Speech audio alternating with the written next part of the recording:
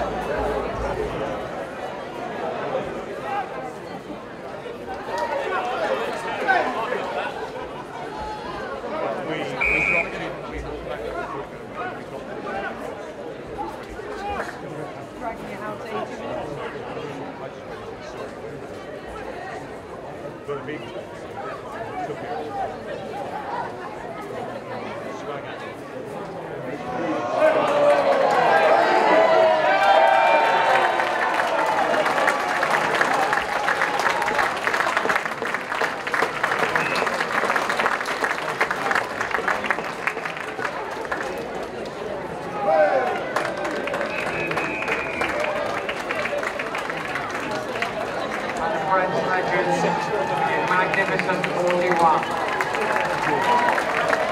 Please show your appreciation. Dick Wall, Dick Wood,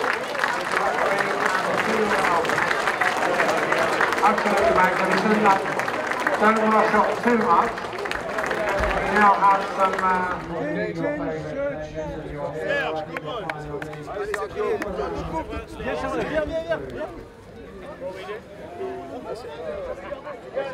Breathe in, Andy. Yes, here we go. Thank you. Thanks for coming over.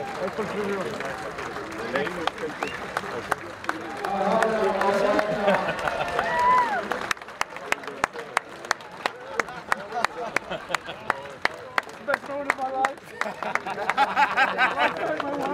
My kids at home. Oh, well, now what are we doing? We're going to winning team. Winning team. Sorry, winning team.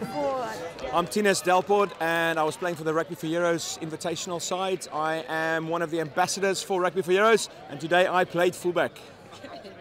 I'm Olivier Azam and I was playing for the French legend for that great game today. And how great was it to be on that side against and with people that you've played with, I'm sure, many years ago? Well, we played with each other, with Tinus, when we used to be back in the day in Gloucester, so it's great to see some of the boys we played a long time ago, you know, put the boots back on. I don't think I've run for 2 years. It didn't look like since it. the last one. Good, so no, it was brilliant, and it's nice to see a lot of people who came for the occasion as well. Well, Zed started for us in the first half, and then second half we were running out. He's got the wrong shirt on, but yeah, you know, it's fantastic that this is the rugby family, this is the rugby community, and you know, on the field there was a couple of tense moments, but we're still friends, and that's what rugby is all about. Tines, you're so hands-on with this charity. What does it mean to you that all these guys turn up for you and the other ambassadors to play on such a special day as well? It's fantastic that, you know, these ex-professionals give up their time. They've had to travel from France. Some of the guys have come out as far as the States, and you know, it shows that they do really care about the Armistice 100, supporting the military in the various initiatives that we do run at Rugby for Heroes. So it's fantastic to see that the guys are willing to give their time and spend time together, because we don't get the opportunity so much anymore to get together, catch up with old friends, and to do it for a great cause. You know, it brings the best out of us. Olivier, what's the celebrations been like in France? I know it's been huge here over in Britain. I imagine the same sort of events happening over there. Oh, it's huge. It's massively important, you know, to remember people who give their life, you know, 100 years ago for us to be here and enjoy our freedom. And I think it's been an honor to be part of this event today. You know, I'm really happy to be here, and you know, it's to remember these guys who give a lot their life for us. I think it's important to show we still remember. And I suppose you can say you did play on the winning side, even though it was only for a half. Well, yeah, I won the first half, and the second half it was more difficult. But it was, you know, it was a close game. it was a good game. It was people really had a go. We saw some good skills as well. So no, it's nice, you know. It's nice to see we can enjoy our rugby still.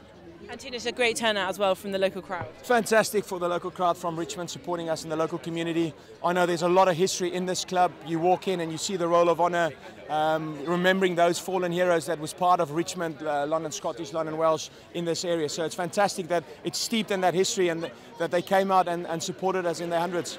I was captain of French Legends, and I was honoured to represent French team, and the lads who take time to come and support make me feel proud.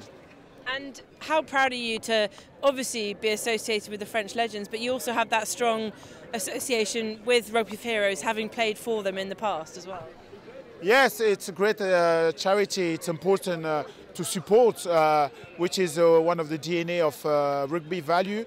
Support people who are in need, support people who gives their life and their dream for liberty, and when they come back from the tough situation, we need to give them hands and make sure they're going to come to real life and enjoy their life again, and this is what rugby is about. And another thing that rugby is about, and you've touched on it twice already, the crowd that was here today, you've got kids, you've got of all ages, you've got people from all over, a really good turnout to watch a really significant match. Yes, it was amazing to see this crowd and to get the support. I hope they enjoy it. In the field it was a little bit tough. I think the body tomorrow will be a little bit all over the place, but the overall is to see the enjoyment, to see the kids who are really willing to get involved as well. This is what it's about, a legacy. And again, thank you for the crowd, thank you for Richmond to have us today and to be able to organise this game. I know it was tough, but it must have been a lot of fun. All those big faces that you've played against and with in the past, it must have been fun. Yes, definitely. The big rivalry against England. Mike was captain, and all the other players like Tinus from South Africa, Australian guys. It's good to have that kind of bond together, and I think we enjoy it. It was a little bit difficult again, but we enjoy it, and it's for a good cause. I'm Justin Harrison, a very ex-Australian Wallaby player, and I'm here today to play my small role in remembering the sacrifice that our forefathers and mothers made during the World War period, the enormous casualties that were suffered, and it's just a way that we can not celebrate but remember the sacrifice. How enjoyable was that match? I mean, you know, you say you're a very ex-player, you know, it must have been a while since you had a run out like that. Yeah, I think fear was probably the prevailing thought through the whole match, but you know, it's not a hard decision when someone asks you to remember the Armistice, the signing of 100 years ago, and the tremendous sacrifice that was made. It's a very easy decision process and something that I relish being a part of, and I'm very proud that my family were here to see me do it. And it's one of those sort of overriding themes, and we find it in the military a lot, that rugby is used, or sport is used generally, to mark these events because it's something that everyone can be involved in, and that was certainly prevalent today. Yeah, look, sport's a great galvaniser, isn't it? It's got passion and tribalism and support, but it's also, particularly rugby, is, you know, the most powerful rugby family in the world is about, you know, the rugby mafia.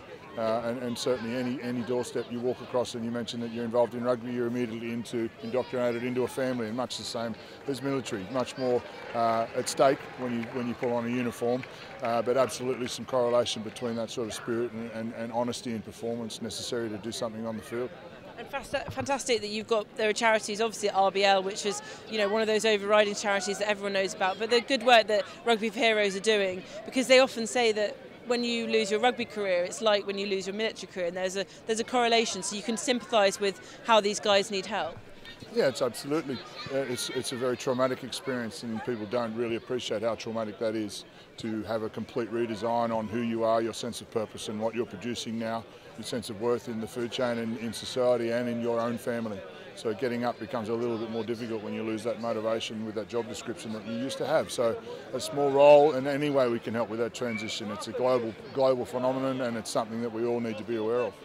Just generally a more general question. You sort of queried the state of Australian rugby at the moment. Is there, what else do you want to say about that? Do you think there's a problem at the moment in the side?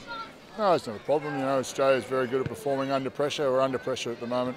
I'm not the coach or the CEO, but I certainly will do everything I can to support them. It's very easy to be negative, and it's much better for us just to do what we can to help them. Any way I can help, I'll do the best I can.